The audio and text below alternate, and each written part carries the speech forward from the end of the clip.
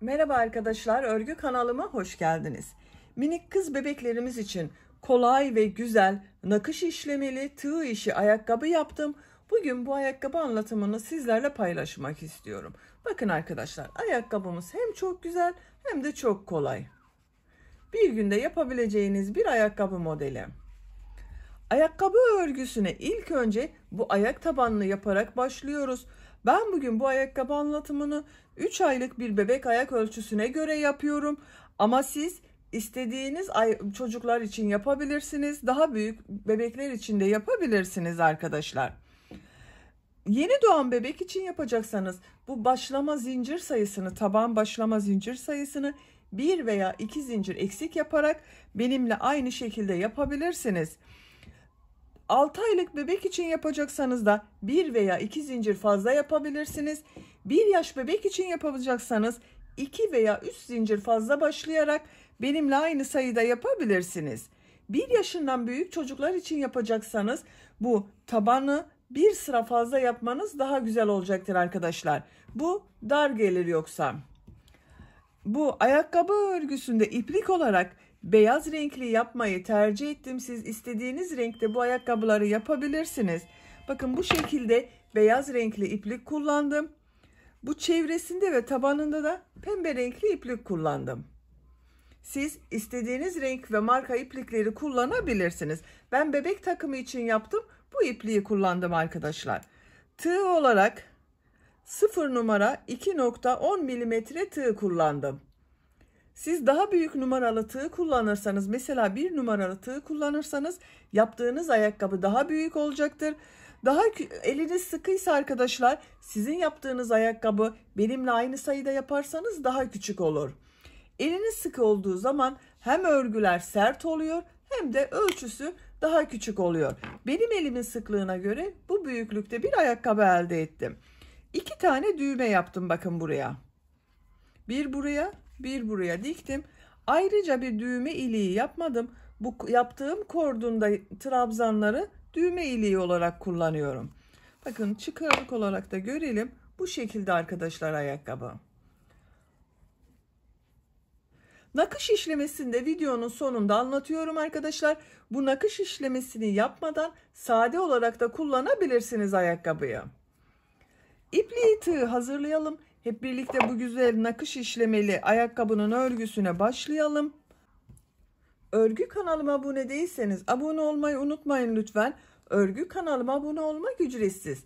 Örgü kanalıma ücretsiz abone olup orada bulunan zil şeklini dokunarak açık yaparsanız kanalıma video yüklediğim zaman ilk önce size bildirim gelir. Örgülerimden herkesten önce sizin haberiniz olur. İzlediğiniz videolarıma beğeni ve yorumlarınızı yaparsanız çok sevinirim arkadaşlar. Hepinize kolay gelsin. İyi çalışmalar. Ayakkabının örgüsüne taban örgüsünü yaparak başlıyoruz. Taban örgüsüne başlamak için zincir yapıyorum. Ben ilk ilmeği bak bu şekilde yapıyorum. Size nasıl kolay geliyorsa ilk ilmeği öyle yapabilirsiniz. Başlangıç için 18 zincir yapıyorum. 1 2 3 4 5 6 7 8 9 10 11 12 13 14 15 16 17 18 zincir yaptım. Ben bugün bu ayakkabıyı 3-6 aylık bebek için yapıyorum. 18 zincir yaptım. Siz yeni doğan bebek için yapacaksanız 16 veya 17 zincir yapmanız yeterli olacaktır. Yeni doğanlar için 16 zincir yeterli arkadaşlar. Biraz büyük olsun derseniz 17 zincir yapmanız yeterli olacaktır. Daha büyük 6 aylık bebek için yapıyorsanız bunu 19 zincir yapabilirsiniz. 9-12 aylık bebek için yapıyorsanız da 20 zincir ile başlamanız iyi olacaktır. Bir ilmek atlıyorum. İkinci ilmek içine 2 sık iğne yapıyorum. Bak aynı ilmeğe 2 sık iğne yapıyorum. Burası ayakkabının topuk bölümü olacak. 7 sık iğne yapıyorum. 1 2 3, 4, 5, 6, 7. 7 sık iğne yaptım bak. Tığ üzerine iplik alıyorum. Bir yarım trabzan yapıyorum. Bak yarım trabzanı şu şekilde yapıyorum. Zincire tığ takıyorum. İlmek aldım. Tığ üzerinde 3 ilmek var. 3'ün içinden bir defa da çekiyorum. Yarım trabzan oluyor. Takip eden 6 zincir üzerine trabzan yapıyorum. Trabzanı 2 defa da çıkarıyorum. Bak tığ üzerine iplik alıyorum. 1,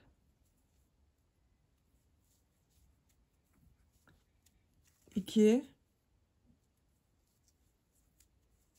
3, 4, 5, 6. 6 trabzanı yaptım. Bak burada bir zincir kaldı. Bu bir zincir üzerine 6 trabzan yapıyorum. Bak aynı ilmeğe 6 trabzan yapıyorum. 1, 2,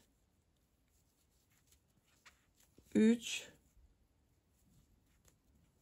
4, 5, 6. 6 trabzanı yaptım. Buradan geriye dönüş yapıyoruz.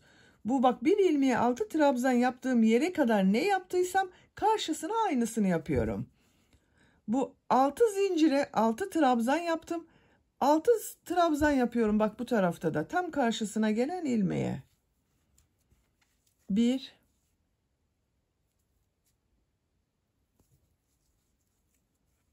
2,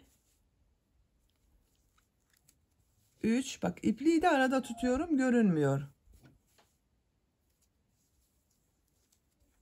4, 5, 6. 6 trabzanın karşısına 6 trabzan yaptım. Burada bir yarım trabzan yaptım. Tam karşısına yarım trabzan yapıyorum. Bak tığ üzerine iplik alıyorum. Yarım trabzan yapıyorum. Şu ipliğin ucunu kesebilirim.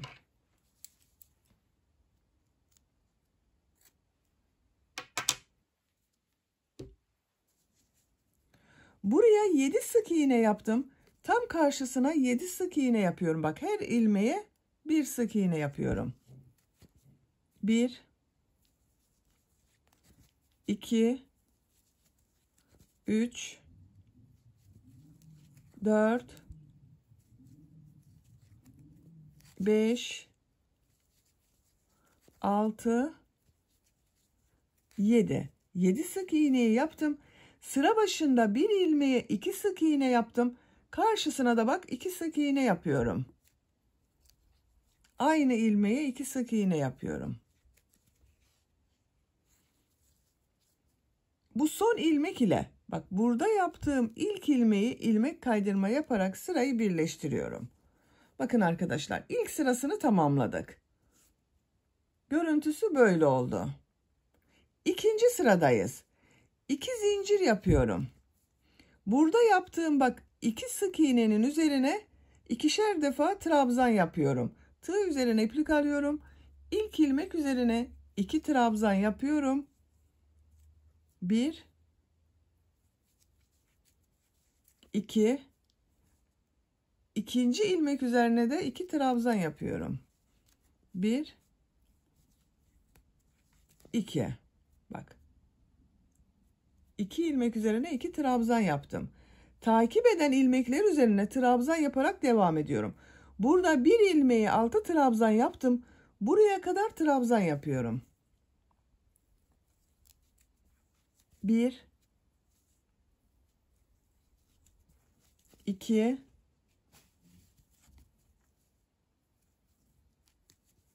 3,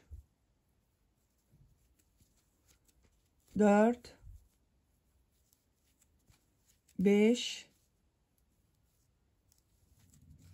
6, 7, 8, 9, 10, 11, 12, 13, 14. Bak bu bir ilmeği 6 trabzan yaptığım yere geldim. 14 trabzan yaptım buraya. Bu 6 trabzan yaptım. Hepsinin üzerine ikişer defa trabzan yapıyorum bak. Bu ilk ilmek üzerine 2 trabzan yapıyorum. 1,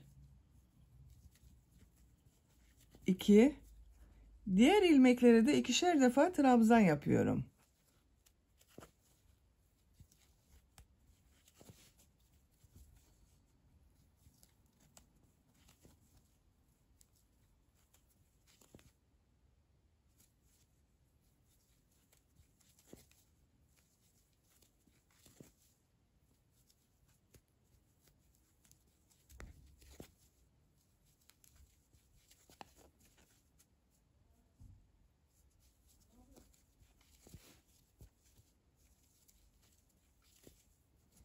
Bakın arkadaşlar.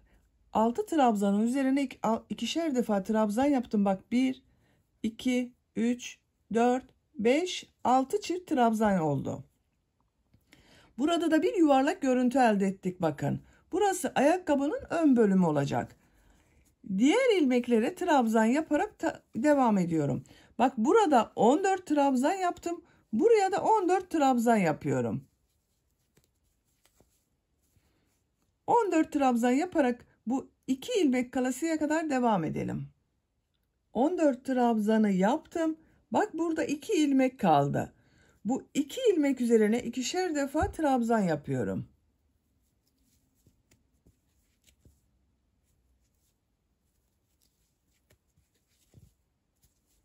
Son ilmeğe de 2 trabzan yapıyorum. Sıra başında da bak burada 2 ilmeğe 2 trabzan yaptım. Sıra sonunda da 2 ilmeğe 2 trabzan yaptım. Son ilmek ile bu ilk yaptığım ilmeği ilmek kaydırma yaparak sırayı birleştiriyorum. Bakın ikinci sırayı tamamladık. Üçüncü sıradayız. 2 zincir yapıyorum. Burada bak 1, 2, 3, 4 ilmek var. Hepsinin üzerine ikişer defa trabzan yapıyorum. İlk ilmek üzerine 2 trabzan yapıyorum. 1, 2, ikinci ilmeğe 2 trabzan yapıyorum. 1, 2, üçüncü ilmeğe 2 trabzan yapıyorum. 1, 2, son bak bu çift yaptığım ilmeğe 2 trabzan yapıyorum.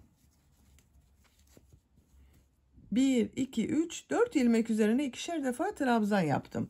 Burada bak 14 trabzan yaptım. 14 trabzanın üzerine trabzan yapıyorum. Burada arttırma yaptığım bak bu ilk ilmeğe kadar. Her ilmeğe bir trabzan yapıyorum bak.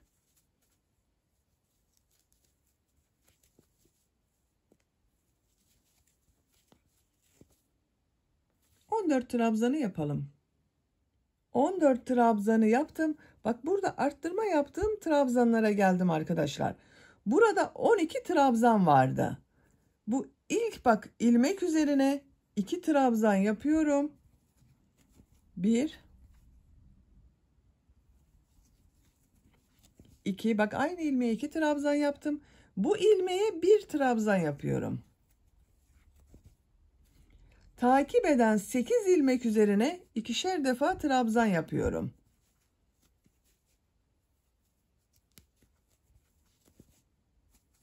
Bak 1,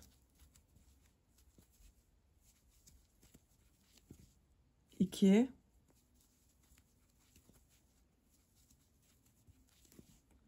3,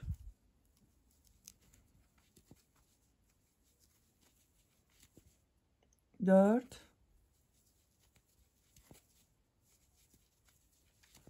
5, 6,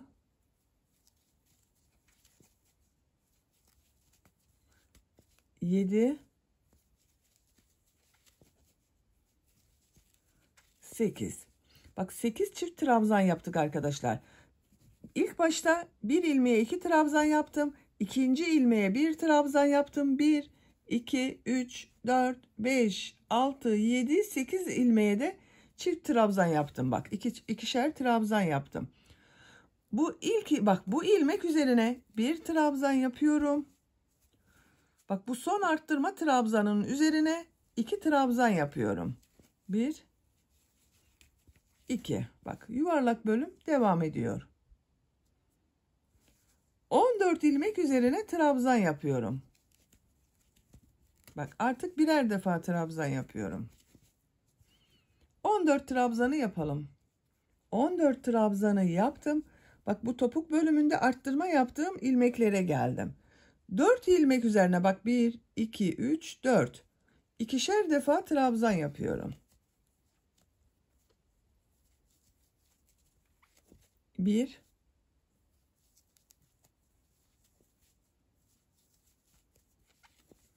2,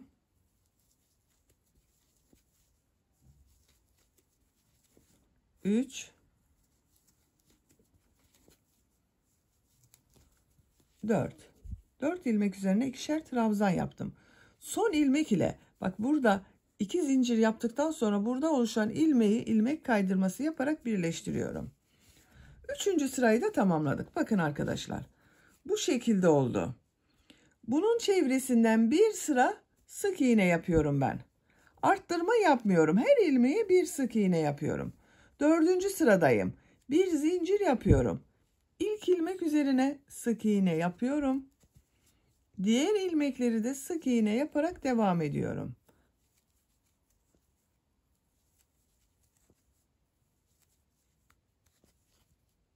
Sıra sonuna kadar devam edelim. Sık iğne yaparak sıra sonuna kadar tamamladım. Son ilmek ile bu ilk ilmeği ilmek kaydırma yaparak sırayı birleştiriyorum. Bakın bu şekilde bir sıra sık iğne yaptım. Bir sıra üzerinde 66 sık iğne var. Bir sonraki sıraya geçeceğiz. Bu sıradan itibaren artık ayakkabının bu yan bölümlerini yapacağız arkadaşlar ve örgü yukarıya doğru bakacak. Bir zincir yapıyorum. Bak bu sık iğne yapıyorum yine bir sıra ama şu şekilde yapmıyorum bakın sık iğneyi. Üst tarafta bulunan şu ilmekten alıyorum. Bak böyle alıyorum. Sık iğne yapıyorum. Bak şu şekilde yapmıyorum. Şu ilmeği üst taraftan alıyorum. Sık iğne yapıyorum. Bu şekilde alıyorum. Sık iğne yapıyorum. Her ilmekten yapıyoruz bakın arkadaşlar sık iğneyi. Atlama yapmayalım. Bu sırada da 66 sık iğne olacak. Eksiltme veya arttırma yapmayalım. Bakın bu şekilde yapıyorum. Böyle yapmıyorum. Bak tekrar gösteriyorum. Böyle yapmıyorum. İlmeği şu şekilde alıyorum. Sık iğne yapıyorum.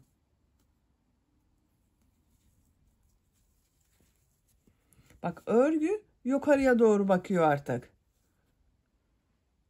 Görüntüsü bu şekilde. Sıra sonuna kadar devam edelim. Sık iğne yaparak sıra sonuna kadar tamamladım. Bak son ilmeği de üst taraftan alarak sık iğne yaptım. Bu son ilmek ile ilk yaptığım bu ilmeği ilmek kaydırma yaparak sırayı birleştiriyorum. Bir sıra üzerinde yine 66 sık iğne var. Bakın artık ilmekler yukarı doğru bakıyor arkadaşlar. Üst bölümden aldığımız için ilmekler yukarı doğru bakıyor. Örgü artık yukarı doğru devam edecek. Pembe renk ipliği burada bitiriyorum. İpliği kesiyorum. Beyaz renk iplik ile ayakkabının örgüsüne devam ediyorum. Pembe renk ipliği burada bitirdim. Ben beyaz renk iplik ile ayakkabı örgüsüne devam ediyorum. Siz aynı renk ile de devam edebilirsiniz. Bakın bu şekilde bir beyaz iplik kullanıyorum. Bu son ilmekten bak. İpliği şu şekilde bir beyaz ile ilmek yapıyorum. Bak çıkardım. Bir zincir yapıyorum, sağlamlaştırdım. Aynı ilmeğe sık iğne yapıyorum. Sık iğne sırası yapıyoruz yine. Her ilmeğe bir sık iğne yapıyorum. Bak bu ipliklerin ucunda içeride tutuyorum.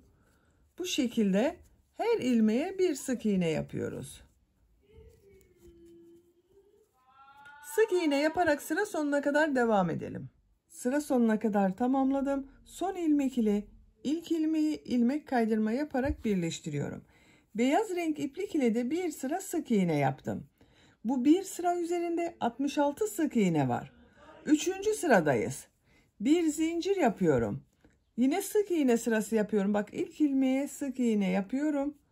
Diğer ilmeklere de sık iğne yaparak devam ediyorum.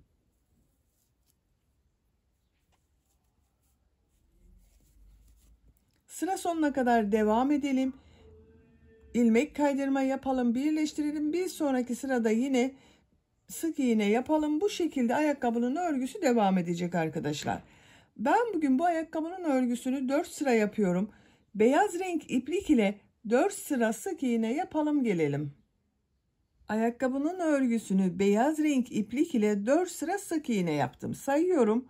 1, 2, 3, 4. Bakın, görüntü olarak böyle oldu arkadaşlar. Kayık görüntüsünde oldu, bakın. Bu sıradan itibaren bu ön bölümlerde kesmeler yapacağız.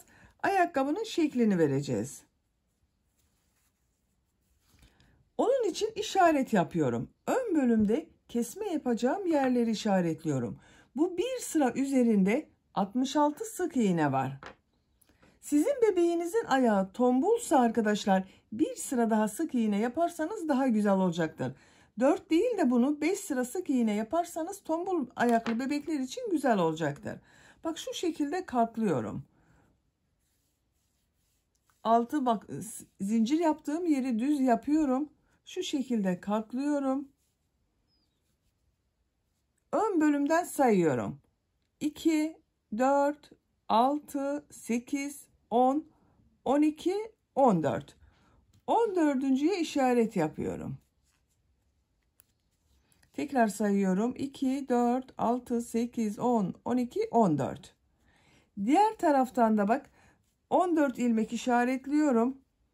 2, 4, 6, 8, 10, 12, 14. 14.'ye işaret yapıyorum. 28 ilmeği işaret yaptım, bakın burada.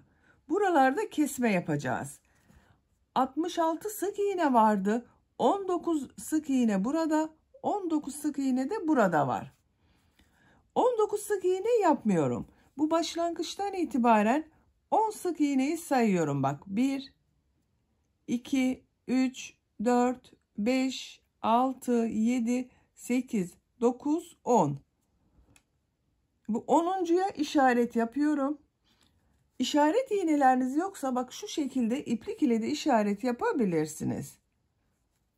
10. ilmeğe işaret yaptım. Burada bak, 1, 2, 3, 4, 5, 6, 7, 8, 9 ilmek kaldı. Diğer taraftan da bak, sıra sonunda 10 ilmek işaretliyorum. 2, 4, 6, 8, 10. İşaret yapıyorum. Bakın, 4 yerden işaret yaptık arkadaşlar. Bu işaret iğnesiyle yaptığım yerlerde kesme yapacağız. Buraları yarım trabzan yapacağız. Buraları da sık iğne yapacağız. Bir zincir yapıyorum. Bu işaret yaptığım yere kadar 10 yarım trabzan yapıyorum. Tığ üzerine iplik alıyorum. İlk ilmek üzerine bak, yarım trabzan yapıyorum. 1, 2, 3, 4, 5, 6, 7, 8, 9 işareti çıkarıyorum. Bakın, 10'uncuyu işaretli olan ilmeğe yapıyorum. 10. 10 yarım trabzanı yaptım. Burada bulunan 9 ilmek üzerine de sık iğne yapıyorum. Bu işaret yaptığım yere kadar sık iğne yapıyorum. Tığın üzerine iplik almıyorum. Bakın, sık iğne yapıyorum. 1, 2, 3, 4, 5, 6, 7, 8, 9. İşaret yaptığım ilmeğe geldim. İşareti çıkarıyorum. Burada sık iğne kesmesi yapacağız arkadaşlar. Bakın, tığ üzerine iplik almadan ilmeğe tığ takıyorum. İplik aldım, çıkardım. Çekmiyorum, bekletiyorum. İkinci ilmeğe tığ takıyorum. İlmek aldım, çıkardım. Tığ üzerinde 3 ilmek var. Üçün içinden bir defa da çekiyorum. Bak, kesme yaptım. 2 ilmeği tek ilmek yaptık. Tekrar gösteriyorum. Bakın, ilmeğe tığ takıyorum. İplik aldım, çektim, bekletiyorum, çıkarmıyorum.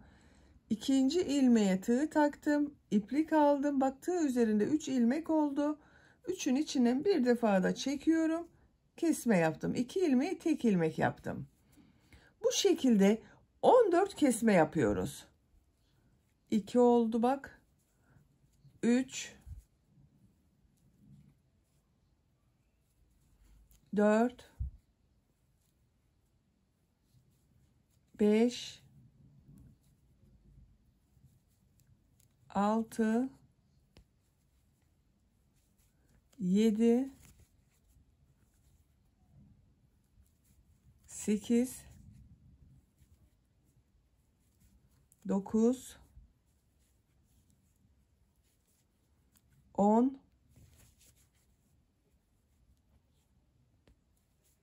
11, 12,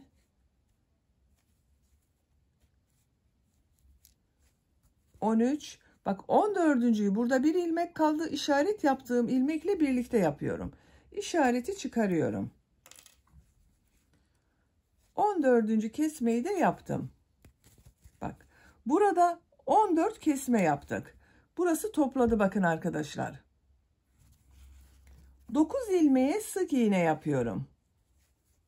1, 2, 3, 4, 5, 6, 7, 8, 9. İşaret yaptığım ilmeğe geldim. Çıkarıyorum. 10 ilmek üzerine yarım trabzan yapıyorum. 1, 2, 3, 4, 5, 6, 7, 8, 9, 10. 10 yarım trabzanı yaptım. Son ilmek ile ilk ilmeği ilmek kaydırma yaparak sırayı birleştiriyorum. Bakın. Burada bu sırada bakın arkadaşlar, 10 yarım trabzan yaptım. 9 sık iğne yaptım. 14 kesme yaptım. 9 sık iğne yaptım. 10 yarım trabzan yaptım. Görüntüsü böyle oldu. Şimdiki sırada sık iğne yapacağız bu ön bölümlerde. Burada da bak, sıra başında ve sıra sonunda 8 ilmek işaretliyorum. 1, 2, 3, 4, 5, 6, 7, 8. Bak, buna işaret yapıyorum. Sıra sonunda da 8 ilmeğe işaret yapıyorum. 2, 4, 6, 8. Bu işaret yaptığım ilmekleri yarım trabzan yapıyorum. Diğer ilmekleri sık iğne yapıyorum. Bir zincir yapıyorum. Tığ üzerine iplik alıyorum. 8 yarım trabzan yapıyorum. 1, 2, 3, 4, 5, 6, 7. Bak, işaret yaptığımla 8. 8 yarım trabzanı yaptım. Diğer ilmekleri sık iğne yapıyorum. Bak, her ilmeğe bir sık iğne yapıyorum. Bu işaret yaptığım yere kadar sık iğne yaparak devam edelim. İşaret yaptığım yere kadar sık iğne yaptım. 36 sık iğne yaptım arkadaşlar buraya. Bak işaret yaptığım yerdeyim. Burada bulunan 8 ilmek üzerine yarım trabzan yapıyorum. 1 2 3 4 5 6 7 8. Son ilmek ile ilk ilmeği ilmek kaydırma yaparak birleştiriyorum. Bakın. Bu şekilde oldu ayakkabının görüntüsü arkadaşlar. Bu bir sıra üzerinde 52 ilmek var arkadaşlar. Yarım trabzanlar ve sık iğnelerin toplamı 52. 8. sıradayız. 8. sırada ilk 6 ilmeği yarım trabzan yapacağız. 11 ilmeğe sık iğne yapacağız. Bu ön bölümde de 7 kesme yapacağız arkadaşlar. Tekrar işaret yapıyorum. Bak 1, 2, 3, 4, 5, 6. 6 ilmek işaret yapıyorum. Sıra sonunda da 6 ilmek işaret yapıyorum. 2, 4, 6. Şu şekilde işaret takıyorum.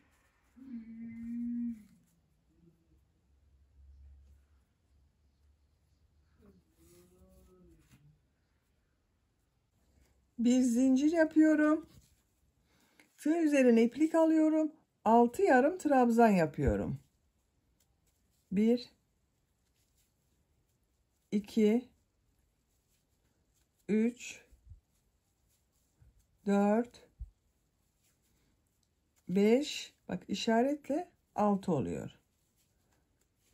6 yarım trabzanı yaptım. 11 sık iğne yapıyorum. 1 2 3 4 5 6 7 8 9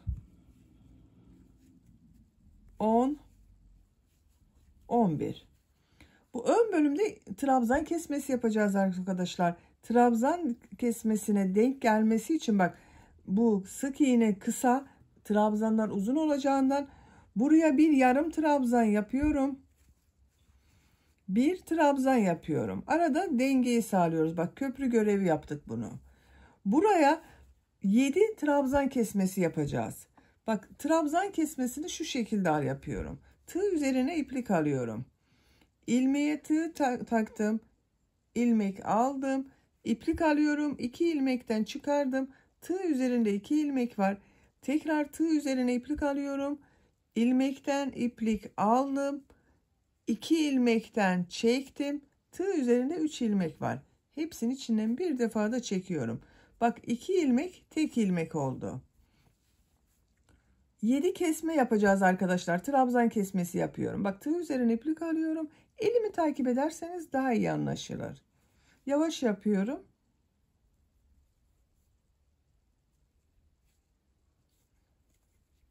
İki.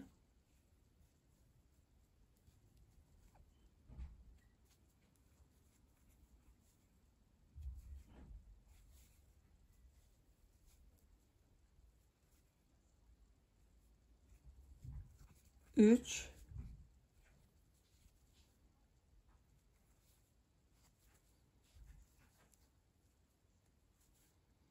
4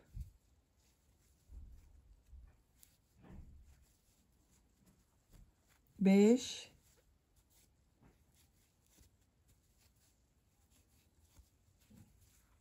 6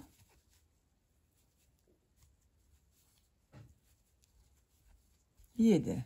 7 trabzan kesmesi yaptım. Bak görüntüsü böyle arkadaşlar. Sayıyorum.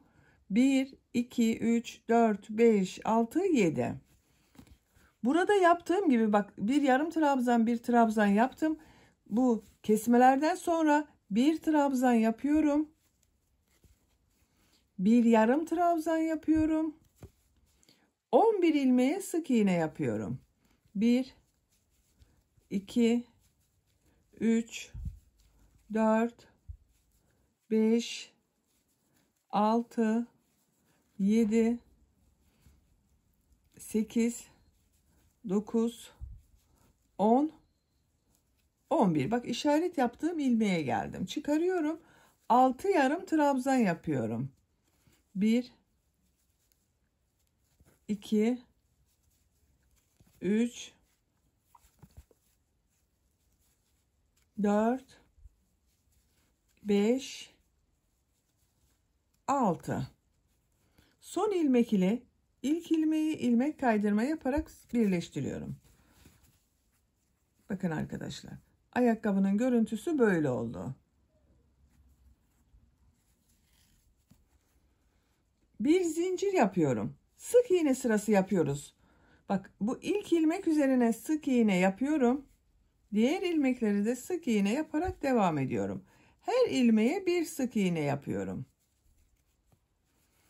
Sıra sonuna kadar devam edelim. Sıra sonuna kadar tamamladım. Bak son ilmek ile ilk ilmeği ilmek kaydırma yaparak sırayı birleştiriyorum. Bir sıra sık iğne yaptım arkadaşlar. Bu bir sıra üzerinde 45 sık iğne var. İpliği burada kesiyorum.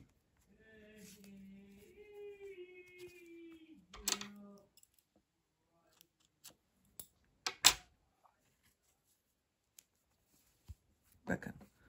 Bu şekilde oldu. Ayakkabının birisine ayakkabı bölümünü hazırladık. Şimdi buraya düğme için kordon yapacağız arkadaşlar. Bunun aynısından bir ayakkabı daha hazırlayalım. İki ayakkabının örgüsünü birlikte yaparız. Bu ayakkabının aynısından bak bir tane daha yaptım arkadaşlar. Aynı sayı ile başladım. Taban örgüsünü yaptım. Bu beyaz renk ile de aynı işlemleri yaptım bak. Şu kalıba giydiriyorum. Bak görüntüsü böyle oldu. Şimdi bu kordon bölümünü yapacağız. Düğme için düğme kordonu yapacağız. Bak ikisi de aynı. Sağ sol yok. Bu sıradan itibaren ayakkabının artık sağını solunu belli edeceğiz arkadaşlar. İpliği alıyorum. Bak işaret yaptım. Bu topuk bölümünün olduğu yerde 22 ilmek işaretledim bak. 2, 4, 6, 8, 10, 12, 14, 16, 18, 20, 22. 22 ilmek işaret yaptım. Bunda da aynı şekilde 22 ilmek işaret yaptım. Örgünün ters tarafından başlıyorum bak. Şuradan. İşareti çıkarıyorum. Çıkardığım ilmekten beyaz renk iplik ile ilmek yapıyorum. Bir zincir yaptım, sağlamlaştırdım. Aynı ilmeğe bir sık iğne yapıyorum. Diğer ilmekleri de sık iğne yaparak devam ediyorum. Bu işaret yaptığım yere kadar 22 sık iğne yapıyoruz. Sayalım 1, 2, 3, 4, 5, 6, 7, 8, 9, 10, 11, 12, 13, 14, 15, 16, 17, 18, 19, 20, 21. Bak işaretle 22 oluyor. 22. 22 sık iğne yaptım buraya.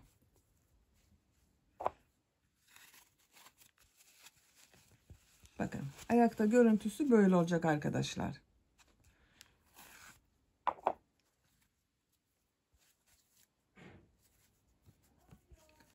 Kordon için 28 zincir yapıyorum. 1, 2, 3, 4, 5,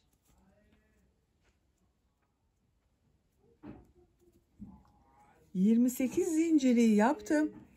Bunun üzerinden trabzanlar yapıyorum. Tığ üzerine iplik alıyorum.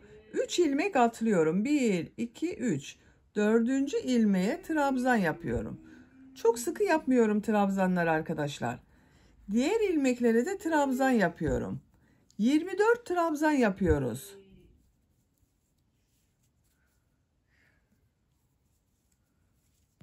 Bak bu şekilde trabzan yapıyorum. Sıra sonuna kadar devam edelim. Zincirler üzerine 24 trabzan yaptım.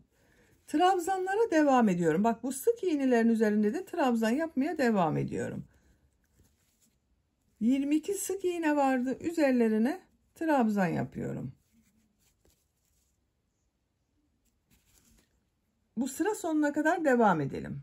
Sıra sonuna kadar trabzan yaptım. Sıra sonunda bir ilmek kaldı. Bu ilmeğe sık iğne yaparak bitiriyorum arkadaşlar. Bak şu şekilde sık iğne yaptım. İpliği kesiyorum.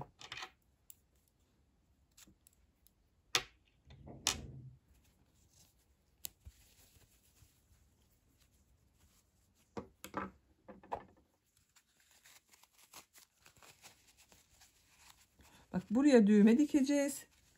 Bu yaptığımız trabzanlarda düğme iliği olarak kullanacağız. Şu şekilde. Bakın çok güzel oldu. Bu ayakkabının bak sol oldu arkadaşlar. Sol ayak için yaptık bu ayakkabıyı. Bunu da sağ ayak için yapıyoruz. Sadece bu bak kordonun yönü değişecek.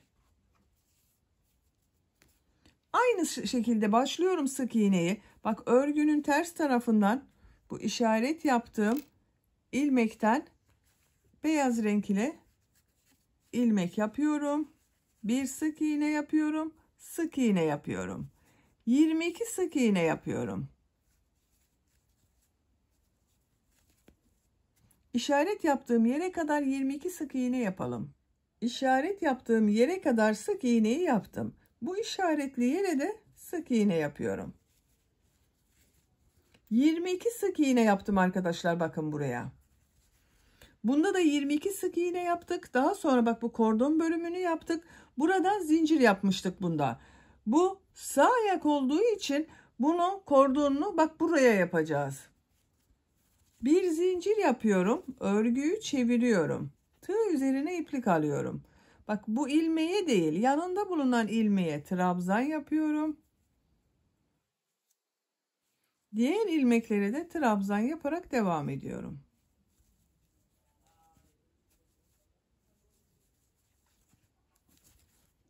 Sıra sonuna kadar devam edelim. Sıra sonuna kadar trabzanları yaptım. Bakın bu şekilde oldu arkadaşlar. Buraya bu yaptığım kordondan yapacağız.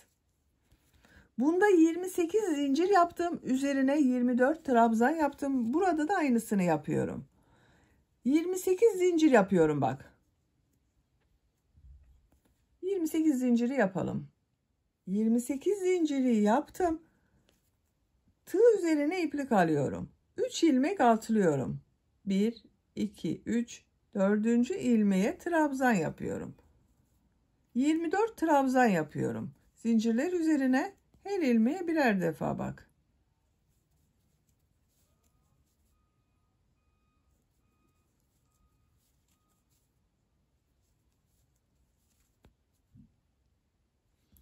Sıra sonuna kadar devam edelim. Zincirler üzerine trabzan yaparak bak sıra sonuna kadar tamamladım. 24 trabzan yaptım. Bak son zincirin üzerine de trabzan yaptım. Bu son ilmek ile burada bulunan bak bu ilmeği kaydırıyoruz. Trabzan sırasını şu şekilde birleştiriyoruz. Bak son zincirin üzerindeki trabzanda bulunan ilmeği tığ üzerine iplik almadan bu trabzan sırasından önce yaptığım sık iğne sırası var. Bu sık iğne bulunan ilmeğe tığ takıyorum. İplik aldım, çektim. Tığ üzerinde bulunan ilmekten de çektim. Bakın burayı birleştirdim. Bak ilmek alıyorum, ipliği kesiyorum. İçinden çekiyorum. Bakın arkadaşlar, birleştirme yaptığımız yerin görüntüsü böyle. trabzan sırası devam ediyor gibi oldu. Sağ ayak için olan ayakkabıyı da yaptık.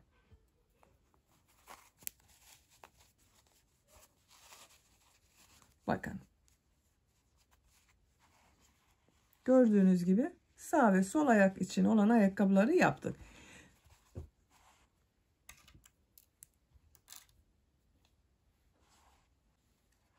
Şimdi bu yaptığımız ayakkabının bak buradan pembe renk iplik ile ilmek kaydırma şeklinde çevirmek istiyorum.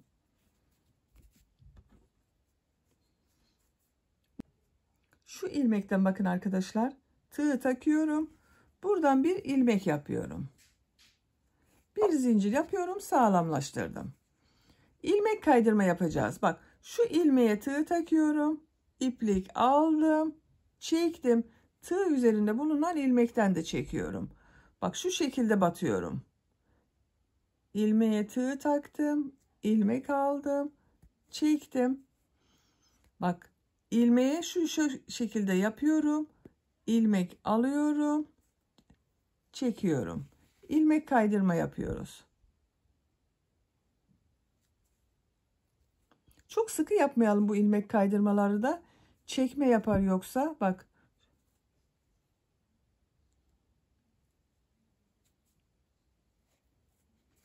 Sık iğne yapmıyorum. İlmek kaydırma yapıyorum.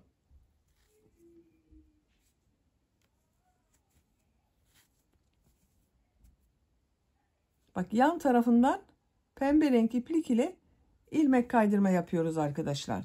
Bu şekilde her ilmekten ilmek kaydırma yaparak bak çevresini tamamen çevirelim. Buradan da yapalım. Başladığımız yere kadar devam edelim. İlmek kaydırma yaparak başladığım yere kadar tamamladım bakın arkadaşlar. Son ilmeğe de ilmek kaydırma yaptım. İlk yaptığım bu ilmeğe tığ takıyorum. İplik aldım, çektim. İlmek kaydırma yapıyorum. Bak burada bitirdim.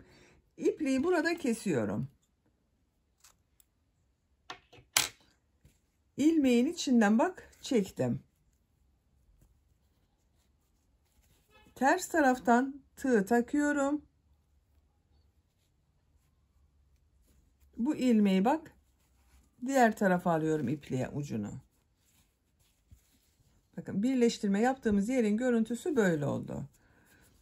Bu iplikleri de örgünün ters tarafından ilmekler arasından bak şu ilmeklerden çekerek kaybedebiliriz.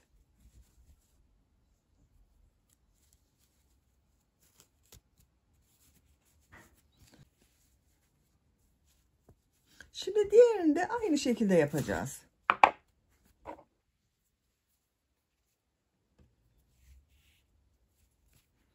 Bak buradan bu ilmekten bir ilmek yapıyorum. Bir zincir yapıyorum, sağlamlaştırıyorum.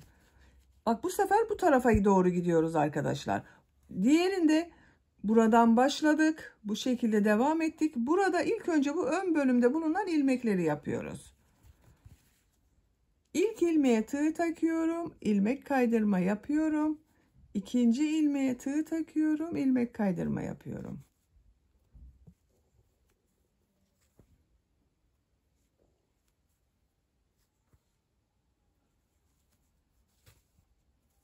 Bu şekilde ilmek kaydırma yapıyoruz. Bunda yaptığımız gibi çevresinden ilmek kaydırma yaparak tamamlayalım. Sıra sonuna kadar tamamladım. Bu ilmeğe tığ takıyorum. İplik aldım. İçinden çektim. İpliği kesiyorum.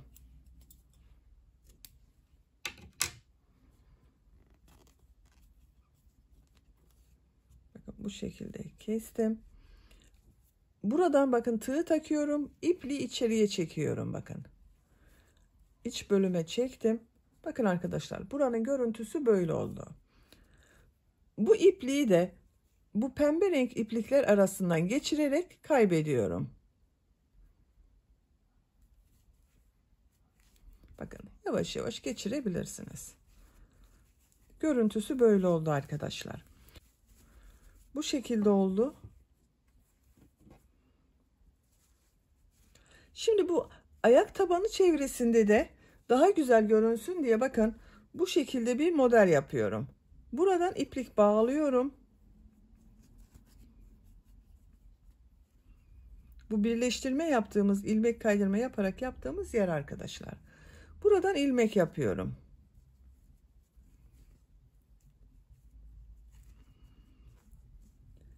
Bakın ilk ilmek üzerine tığ takıyorum. İplik aldım, çıkardım. Tığ üzerinde 2 ilmek var. Şu şekilde bakın tığ çeviriyorum. İplik aldım, içinden çekiyorum arkadaşlar. İkinci ilmeğe tığ takıyorum. İplik aldım. Bakın tığ üzerinde 2 ilmek var. Şu şekilde tığı bir kere döndürüyorum.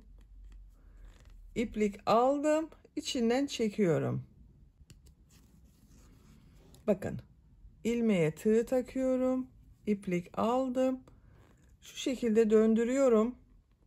İplik aldım. İçinden çekiyorum. Elimi takip ederseniz daha iyi anlaşılır.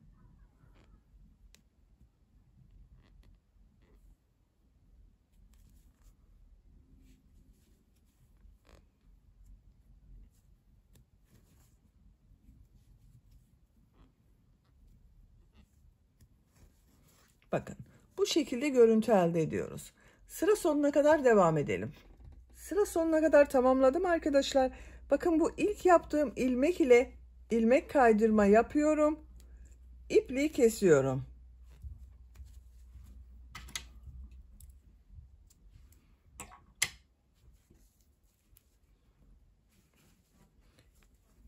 İplik ucunu bakın buradan ters taraftan içine çekiyorum.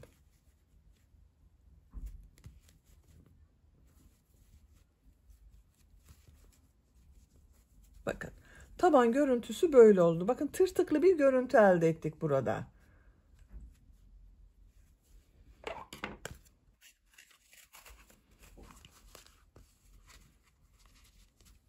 Tığ işi ayakkabının örgüsünü tamamladık. Şimdi bunun üzerine ben nakış işleme yapmak istiyorum. Bakın diğer eşine bu şekilde nakış işlemeye çalıştım arkadaşlar. Kız bebekleri için çok güzel bir model. Düğmesini de diktim bakın buraya. Düğmesini diktim. Düğme iliği yapmadım. Bu bakın kordonun burada yaptığım trabzan boşluklarını düğme iliği olarak kullanıyorum. Bebeğin ayak bileğine göre istediğiniz boşluğu düğme iliği olarak kullanabilirsiniz. Bu şekilde ince bir düğme dikmeyi tercih ettim. Siz istediğiniz gibi düğme kullanabilirsiniz. Bakın arkadaşlar. Bu nakış örgüsünü yapmak için gerekli olan malzemeler, ben pembe tonunu 2 ton kullandım. 2 farklı renk kullandım. Koyu pembe kullandım. Açık renk pembe kullandım. Bakın bu şekilde koyu renk bir pembe. Yine bu ayakkabının çevresinde kullandığım, tabanda kullandığım açık renk pembe. Yaprak bölümlerini yapmak için bakın bu yaprak bölümlerini yeşil renk iplik. Tomurcukları yapmak için de böyle çok az bir sarı renk ipliğe ihtiyacımız var. Bu nakışı yapmak için de iğneye ihtiyacımız var arkadaşlar. Bakın bu şekilde iğne kullanıyorum. Büyük bir iğne, ipliği takıyoruz. Bu nakış işlemesini yapıyoruz. Kesmek için de makasa ihtiyacımız var.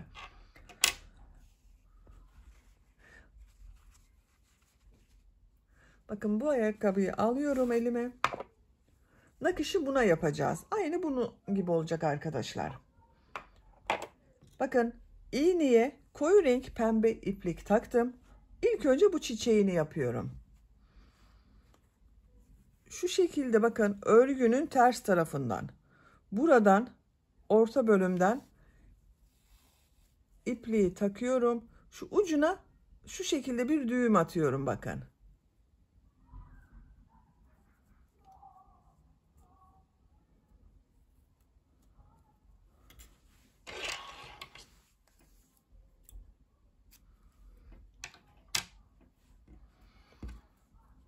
Bu iğneyi sağlam olsun diye şu ilmek içinden geçirdim. Bakın. Bu şekilde çekiyorum.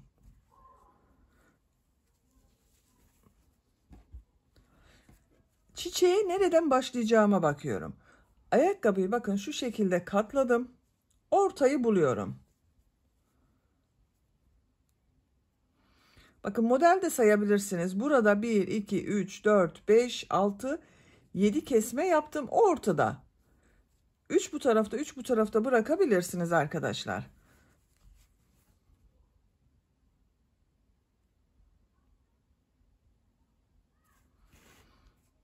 Şuradan bakın iğneyi üst tarafa alıyorum.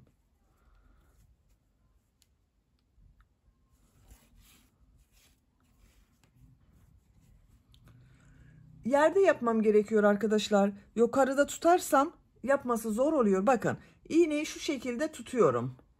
İplik ucunu bakın şu şekilde iğneye doluyorum. Sayalım isterseniz 1, 2, 3, 4, 5, 6, 7, 8, 9, 10, 11, 12, 13, 14, 15, 16, 17, 18, 19, 20, 21, 22, 23, 24.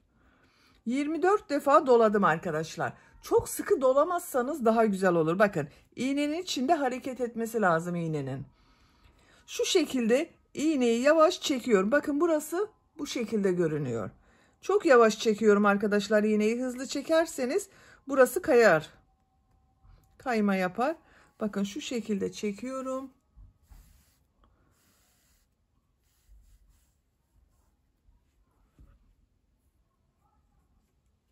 Bakın böyle bir görüntü elde ediyorum. Halka şekline geldi. Şu aynı ilmeğe tekrar iğneyi ucunu takıyorum. Bakın buradan çıkarıyorum.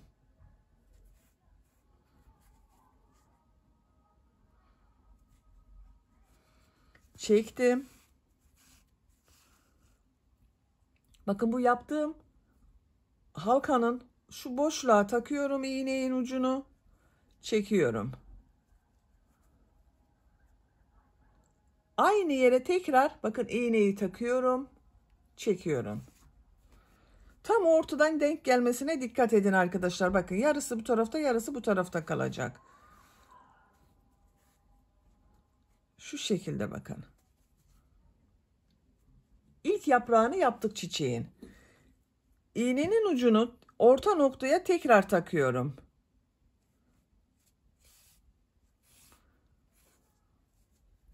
Yine aynı şekilde yapıyoruz. Bundan 4 defa yapıyoruz. Bakın 1, 2, 3, 4. Şimdi ikinci yaprağı yapalım. Bakın tekrar gösteriyorum. İğnenin üzerine 24 defa iplik doluyorum.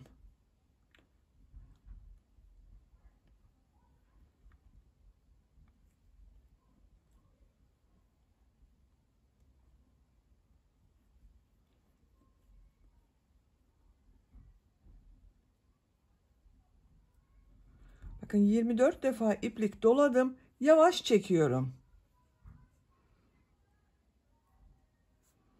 Çok sıkı yapmamaya dikkat edelim arkadaşlar bu dolarken.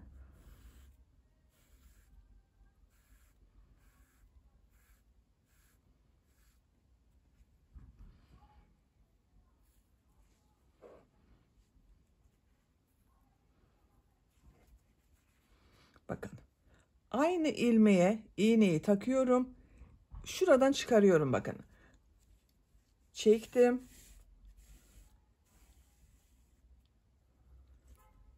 Ortasına iğneyi takıyorum. Bakın bu taktığım ilmeğe tekrar iğneyi takıyorum. Çıkardığım iğne vardı bakın şuraya. Tekrar iğneyi takıyorum. Düzeltiyorum bakın burayı. Şu şekilde çekiyorum. Elimle tutuyorum bakın. Bakın iki yaprağını yaptık.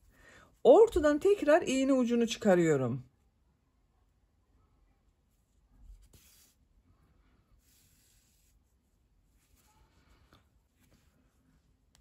Bakın tekrar iğne üzerine 24 defa iplik doluyorum. 1, 2, 3, 4, 5, 6, 7, 8, 9, 10, 11, 12, 13, 14, 15, 16, 17, 18, 19, 20, 21, 22, 23, 24.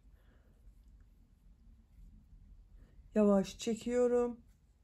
Yerde yapayım arkadaşlar, daha kolay oluyor.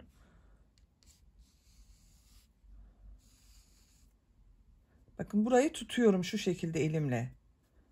Düzgün olması için tutuyorum.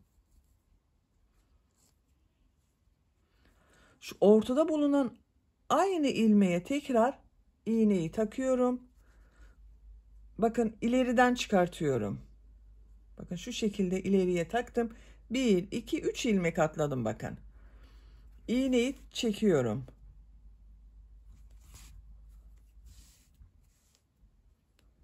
Halkanın içinden bakın iğnenin ucunu geçirdim. Tam ortaya getirmeye dikkat ediyorum arkadaşlar. Bakın takıyorum.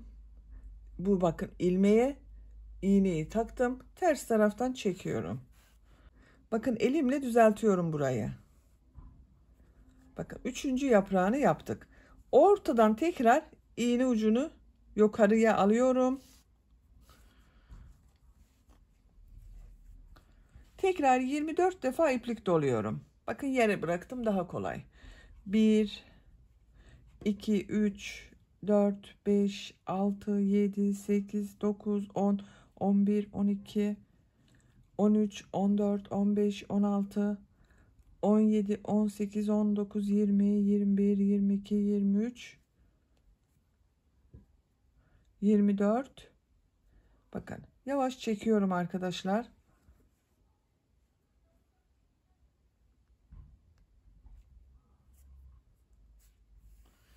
Sıkı dolarsanız çekmesi zor olur. Bakın elimle düzeltiyorum burayı.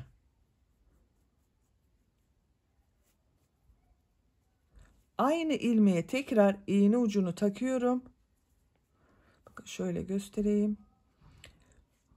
İleriden çıkarıyorum bakın. Yine aynı şekilde saydım. Bakın 1, 2, 3 ilmek atladım.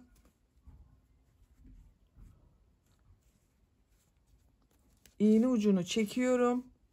Bakın halka içine taktım iğneyi. Tam ortaya gelmesine dikkat ediyorum bakın bunun. Ters tarafına iğneyi taktım. Bakın aynı ilmeğe geri iğneyi takıyorum. Ters taraftan çıkarıyorum. Bakın çiçeğini bitirdik. Bu ipliği kesiyorum artık. Şu şekilde bakın taktım. Doladım sağlam olsun diye.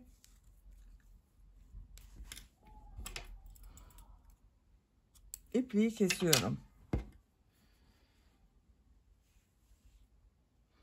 Yeşil renkli iplik takıyorum.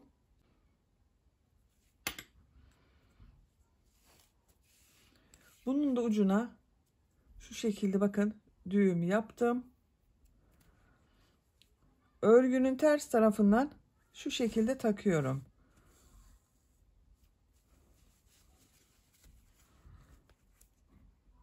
Ortadan yine iğne ucunu yukarıya çıkarıyorum bakın.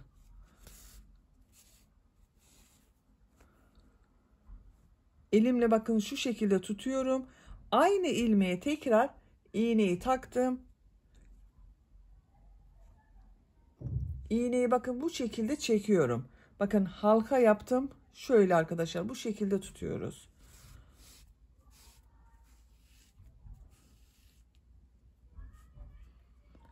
Aynı ilmeğe tekrar iğneyi takıyorum. Ortadan çıkarıyorum bakın yine.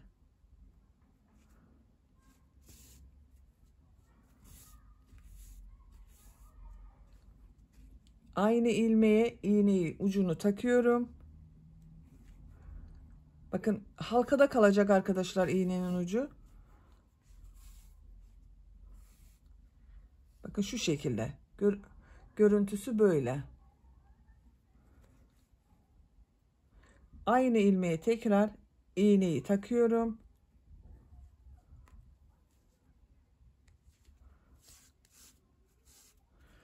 Bakın ortadan tekrar iğne ucunu yukarıya aldım. Bakın şu şekilde tutuyorum. Tekrar gösteriyorum. Ortada çıkardığım ilmeğe iğnenin ucunu takıyorum. Mesafesini kendiniz ayarlayabilirsiniz. Bakın şu şekilde ilmek içinde kalıyor iğne ucu.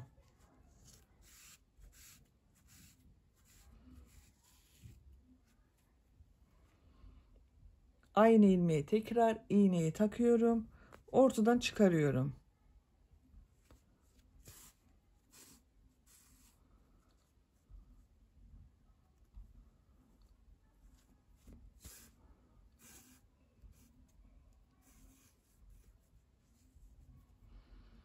Bakın bitirdim arkadaşlar. Bakın çiçeğimiz bu şekilde görünüyor.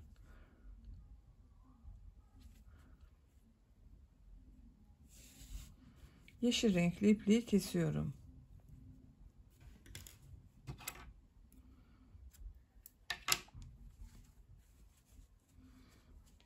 Bakın. Şimdi pembe renkli bu yarım modelleri de yapalım. Onun yapılışını da göstermek istiyorum. Bakın açık renk pembe renk iplik taktım. Yine düğüm yapıyorum. Bakın arkadaşlar bu şekilde 3 yapraklı çiçek yapıyorum. Bunu 4 yapraklı yaptık. Bunları 3 yapraklı yapıyorum. Şuradan bakın yine ters taraftan iğneyi takıyorum. İlmek içinden çektim.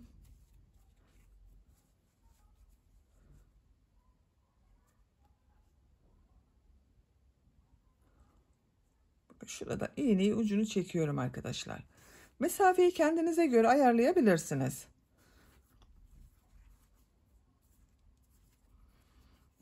Yapacağınız yere göre 24 defa iplik doluyorum yine iğne üzerine. 2, 3, 4, 5, 6, 7, 8, 9, 10, 11, 12, 13, 14, 15, 16, 17, 18, 19, 20, 21, 22, 23, 24. Yavaş çekiyorum.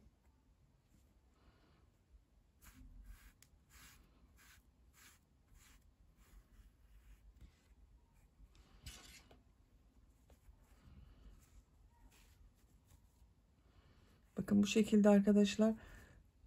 Şu ilk iğnenin ucunu çıkardığım ilmeğe iğneyi takıyorum.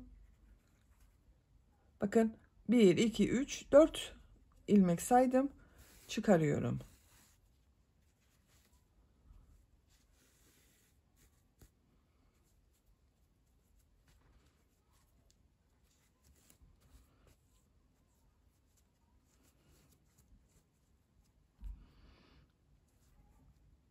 Bunu yaptığımız gibi aynı şekilde arkadaşlar hiç fark eden bir şey yok. Sadece bir yaprağını eksik yapacağız.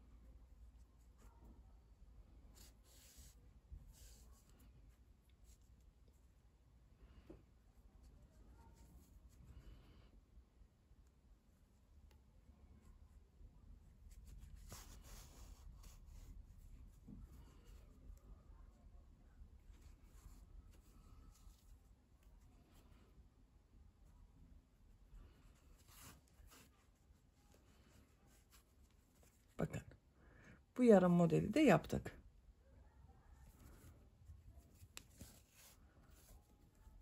İpliği kesiyorum.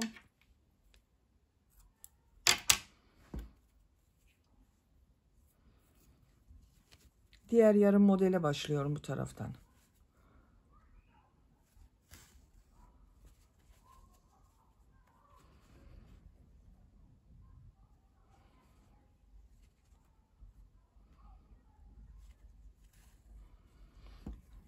Bunu yaptığımız gibi bunu da yapalım arkadaşlar. Bakın bu çiçeği de yaptım. Yeşil yaprakları da aynı bu ortada yaptığım gibi yaptım arkadaşlar. Bakın ikisinin de yaptım yeşil yapraklarını. Şimdi bu sarı renk iplik ile tomurcuk bölümlerini de göstermek istiyorum. İğneye sarı renk iplik taktım. Siz istediğiniz renk tonlarını takabilirsiniz sarının. Yine ucuna düğüm yapıyorum. Bakın örgünün ters tarafından şu şekilde içinden çekiyorum. Ortadan iğne ucunu bakın yukarı alıyorum.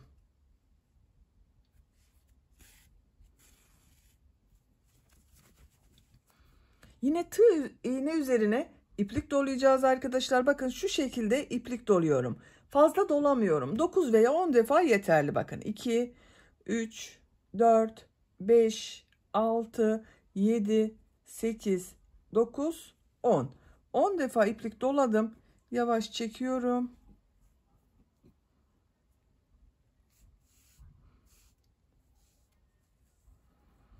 Burada bir tomurcuk oluşturacağız.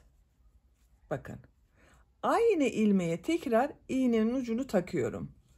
Bakın ters taraftan çekiyorum. Bakın tomurcuğunu yaptım. Bunu burada sağlamlaştırıyorum. İpliği kesebilirsiniz veya kesmeden ters taraftan içeriden geçirebilirsiniz arkadaşlar. Bakın şu şekilde sağlamlaştırıyorum. Ben örgünün ters tarafından geçiriyorum. Bakın bu şekilde. Şu ilmeklerden takıyorum. Düz taraftan görünmemesine dikkat edelim ama. Bak ortada bulunan çiçeğe geldim. Bunun ortasında bakın ilmekten iğne ucunu yukarı alıyorum. Yine aynı diğer elinde yaptığımız gibi tomurcuk yapacağız. 10 defa iplik doluyorum.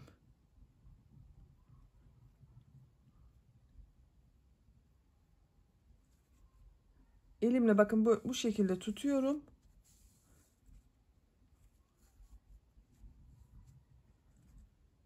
Örgünün ters tarafından çekiyorum iğne ucunu. Bakın bu tomurcuk da tamam. Ters tarafta yine sağlamlaştırıyorum. Diğer çiçeğe geçiyorum bakın. Bakın böyle geçirirken sarı renk iplik görünmüyor arkadaşlar düz tarafta. İlmeklerden yapıyorum.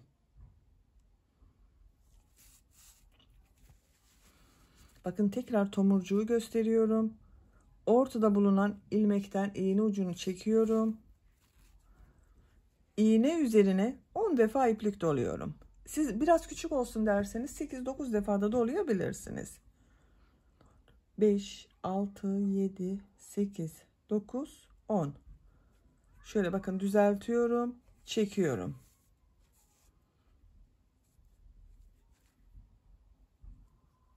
Aynı ilmeğe tekrar iğne ucunu takıyorum. Ters taraftan çekiyorum. Bakın bu tomurcuk da tamam. Artık ipliği kesiyorum burada.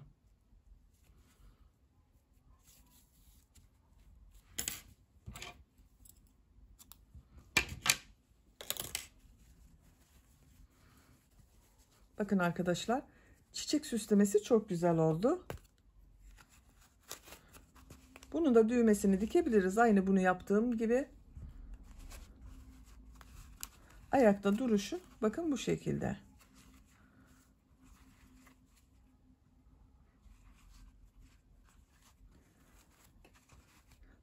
Ayak tabanını ölçüyorum arkadaşlar. Bakın Şu şekilde ölçüyorum. 10 santimetre ayak tabanı var. 3 ay bebek için güzel bir ölçü bu. Bu standart ölçü arkadaşlar. Sizin bebeğinizin ayağı büyükse daha küçük bebek için olacaktır. Daha minik ayaklı bir bebeğiniz varsa 6 aylık bebek için olacaktır. Ben bugün bu ayakkabı anlatımını 3 aylık bebek için yaptım arkadaşlar. 3-6 ay arası bir bebek kullanacak bu ayakkabıyı. Beni dinlediğiniz ve izlediğiniz için hepinize çok teşekkür ederim. Örgü kanalıma abone değilseniz abone olmayı unutmayın lütfen. Örgü kanalıma abone olmak ücretsiz. Örgü kanalıma ücretsiz abone olup orada bulunan zil şeklini dokunarak açık yaparsanız kanalıma video yüklediğim zaman ilk önce size bildirim gelir. Örgülerimden herkesten önce sizin haberiniz olur. İzlediğiniz videolarıma beğeni ve yorumlarınızı yaparsanız çok sevinirim arkadaşlar. Sizlerle yeni örgülerde görüşmek dileğiyle. Hoşça kalın, sevgiyle kalın.